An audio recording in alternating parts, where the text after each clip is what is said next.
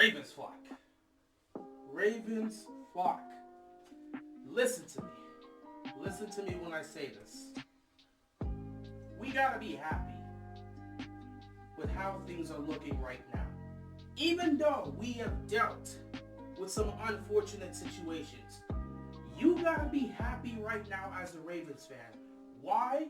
Because the Ravens have officially clinched a playoff spot. No matter what happens in these final 3 games, Baltimore will be in the postseason competing for a championship.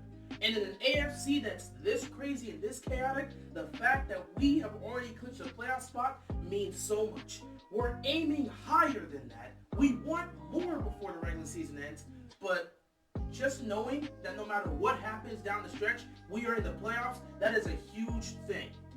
We got some things to recap because yesterday's game was quite the interesting one. So, let's not waste any more time. Let's get into it. All right.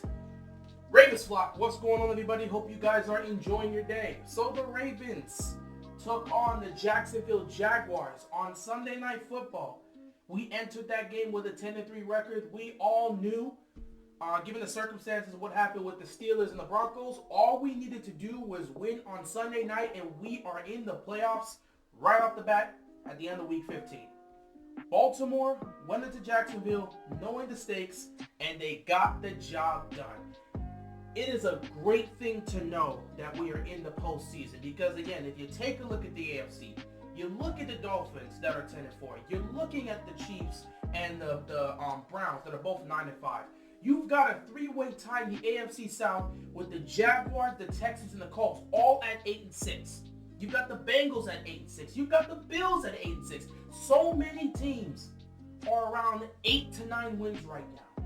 So the fact that Baltimore was able to clinch a playoff spot now just guarantees they're not going to be part of the chaos that will be the final 3 games of the AFC, because we don't even know who's going to make the playoffs. Like I said coming into this season, there's a good chance a team can win 10 plus games and not make the playoffs. There's a possibility. I don't think it's going to happen, but there's a possibility an 11-win team could miss out on the postseason. Imagine winning 11 games in the season and your team's not in the postseason.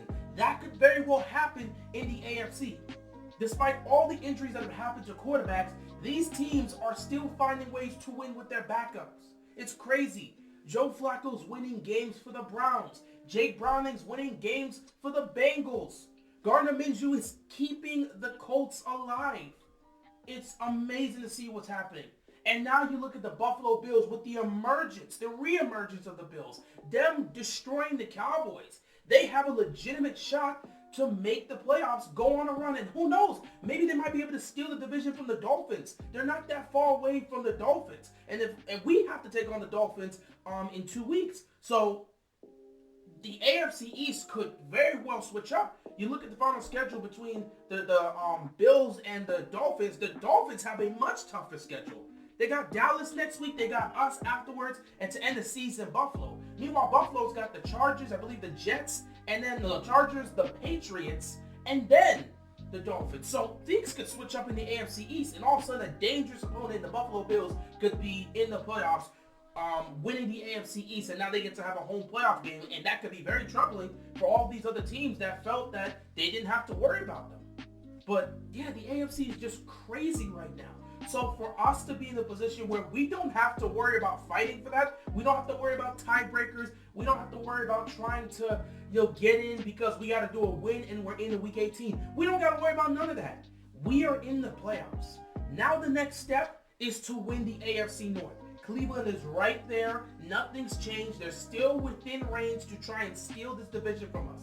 We still have that 2-game lead, but any slip up from us gives the opportunity for Cleveland to potentially come and steal this division away. We need to win 2 of our final 3 games to guarantee we win the AFC North. Not only that, but it looks like we've got to win 2 of our final 3 games to also clinch the number 1 seed. So that's really what matters. Now, of course, if you lose, if you look at the game against the Niners, and a lot of people, I've seen people, Ravens flock talk about us losing that game wouldn't have a major impact. I sit back and say every loss is going to have an impact. But you look at that one, yeah, who knows? If you do, lose that one, that could end up being the difference maker because you're not guaranteed to beat the Dolphins or the Steelers.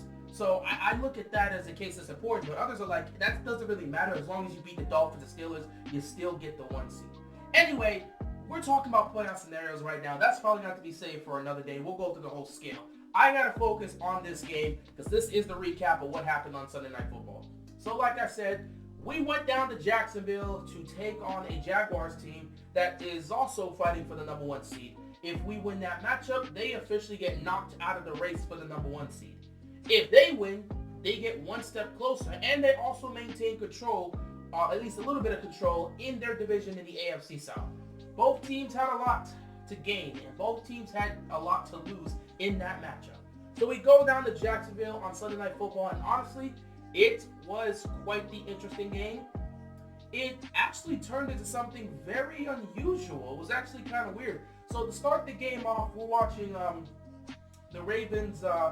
Their defense goes out there. They make a stop. They get the ball to Lamar Jackson on the opening drive. Everything's just going well for the Ravens. Lamar is just getting the ball to his receivers. He's making wild plays. Everything's working out. Then we get down to the goal line, and a couple mistakes ultimately force us to kick a field goal.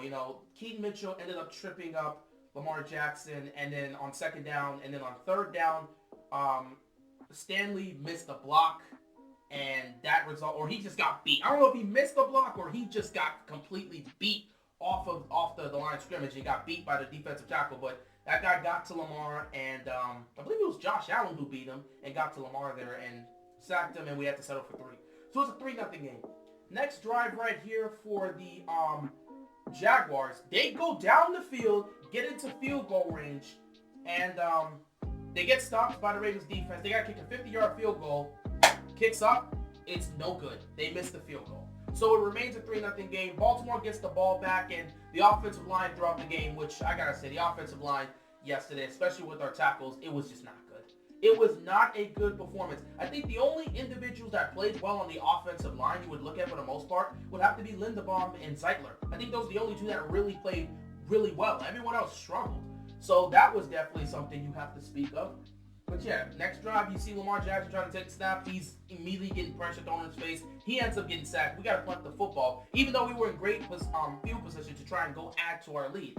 Jacksonville gets the ball back once again, and again, they go down the field, get into field goal range, and they kick another field goal. This one's a 56-yarder, and again, it's no good. So we saw early on, Jacksonville was able to move the ball on the Ravens defense, but they weren't putting up points because the field goals were getting missed. I do have to point out, yesterday in Jacksonville, it was windy. I think they said the winds was somewhere between 10 and 25 miles an hour. So it was windy out there.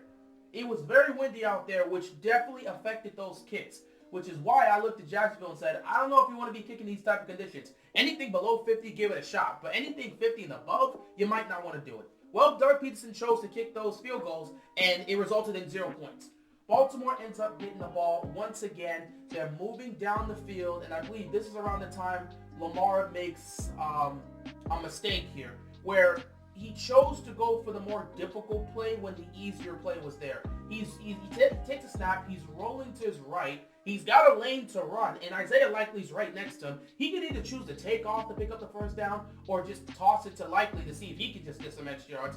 Instead, Lamar, he looks at Likely, but then he's still scanning the field to see anyone else. And when he scans the field, he sees Nelson Aguilar is open. So he tries to fire it in across his body to Nelson Aguilar, and a Jaguar defender read it perfectly, jumped the play. That was a beautiful interception by him. Great defensive play. He jumps the play, picks it off, and all of a sudden Jacksonville's in business because now they're in Ravens territory. So now you look at this as another opportunity for Jacksonville to try and take the lead or at least tie the game. They're going down the field. But for some reason in this game, man, Trevor Lawrence, I don't know what happened. I know Lawrence has had a fumbling issue, but this one was ridiculous. He's they're in field goal range. They're right around the red zone. He starts taking off, and for no reason, I think he was trying to switch the ball from one hand to the other. Somehow, he just fumbled the ball. Nobody touched him. He didn't bump into anybody. He fumbled the ball. And when he fumbled the ball, it was just scooped up by the Ravens. No one touched him. He just fumbled the ball. Ravens scoop it up, pick it up, and they get themselves in good position. this is when Lamar and the offense finally responded.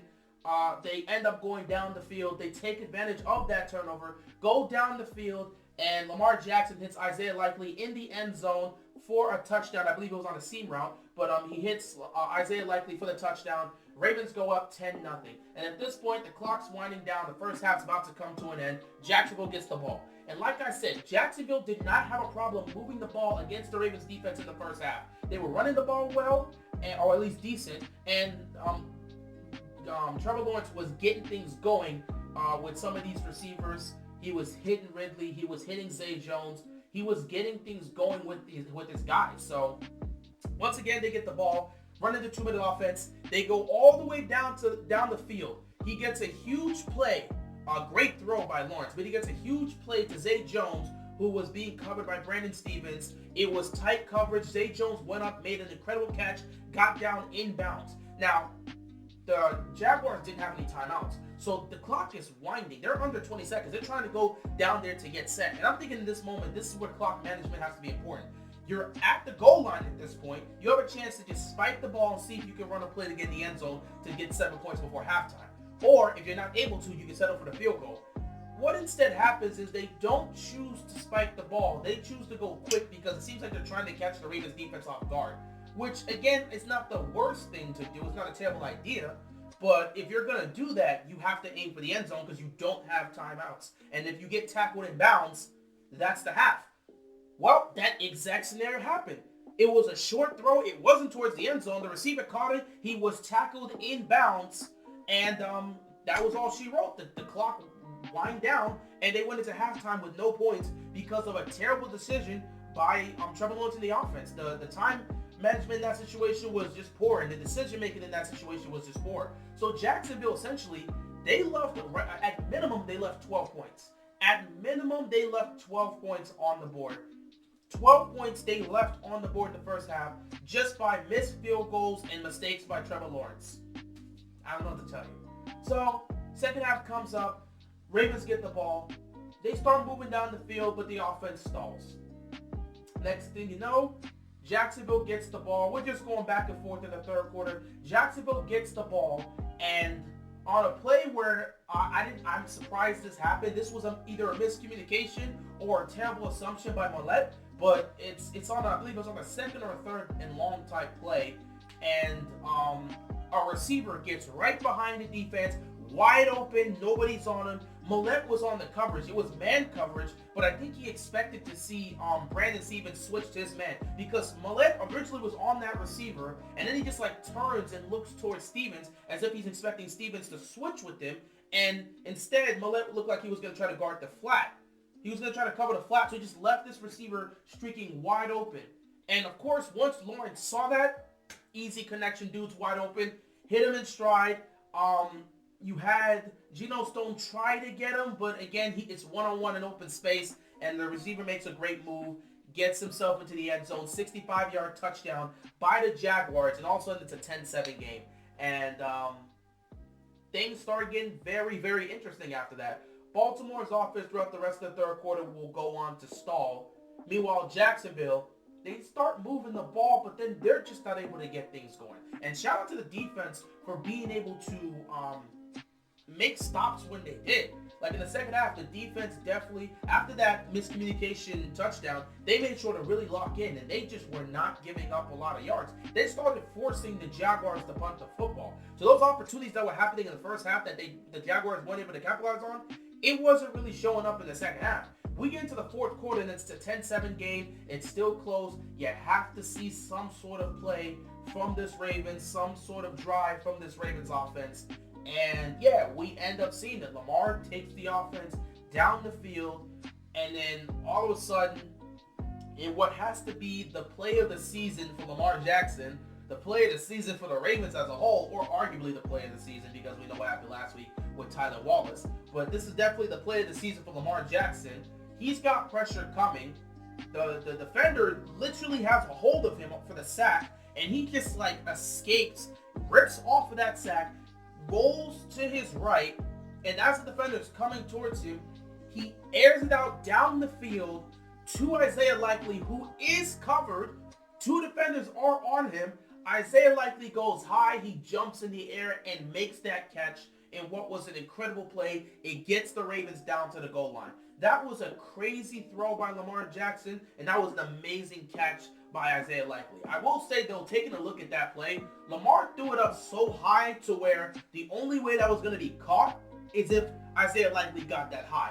That right there literally was one of those type of plays that we see Lamar Jackson do with Mark Andrews all the time, where he's going to throw it high and say, Andrews, go get it. I know you're covered, but I know you can win this 50-50 ball. Go up high, catch it with two hands, come down. That's one of those plays Lamar loves to run with Andrews, and it's highly successful. He ran it here with Isaiah Likely, and Likely answered the call. He made the catch, which was an incredible catch. It gets them down to the goal line, and of course, once you get down to the goal line, you know what we're going to do. We're going to run the ball with the Gus Bus. And that's exactly what we did. Touchdown Ravens. 10-7 turns into 17-7. And pretty much after that, Ravens just start getting a bit conservative and just trying to run the clock down. But the Jaguars are trying to make another push. Unfortunately, Justin Madubuike, who's having a fantastic season. He now has 12 sacks on the season. He said he's aiming for 15. With 3 games left to go, he could very well end the season with 15 sacks, maybe even more.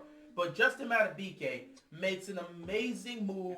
He gets open. He gets to Trevor Lawrence and strips that ball out. So he gets the strip sack. Ravens recover right in Jacksonville territory. And at that point, once that happened, we knew the Ravens are just going to run this clock out. And they just started kicking field goals. Next thing you know, it's 23-7. Nothing's really happening after that. Jacksonville has one more chance to try to go down the field. Clock is winding. They're under 4 minutes, going to under 3. They get down to the goal line. There was a moment where it looked like they had a touchdown, I believe by Ridley, but it ended up getting recalled because they said he didn't fully have control of the football as he was going down and out of bounds.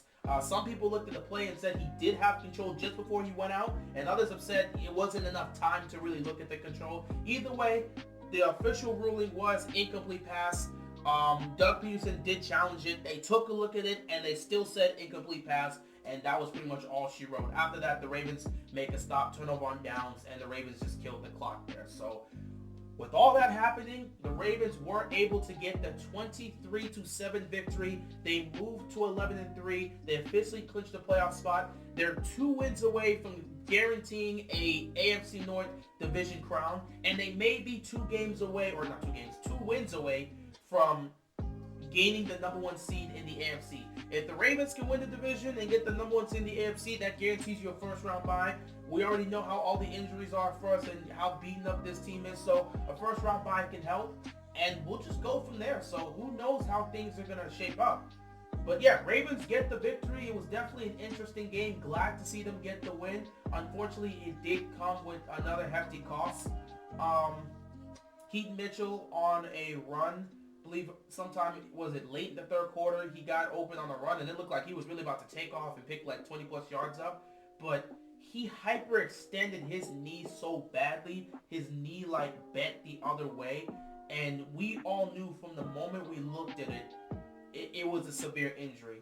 So he was ruled out of that game with a significant knee injury.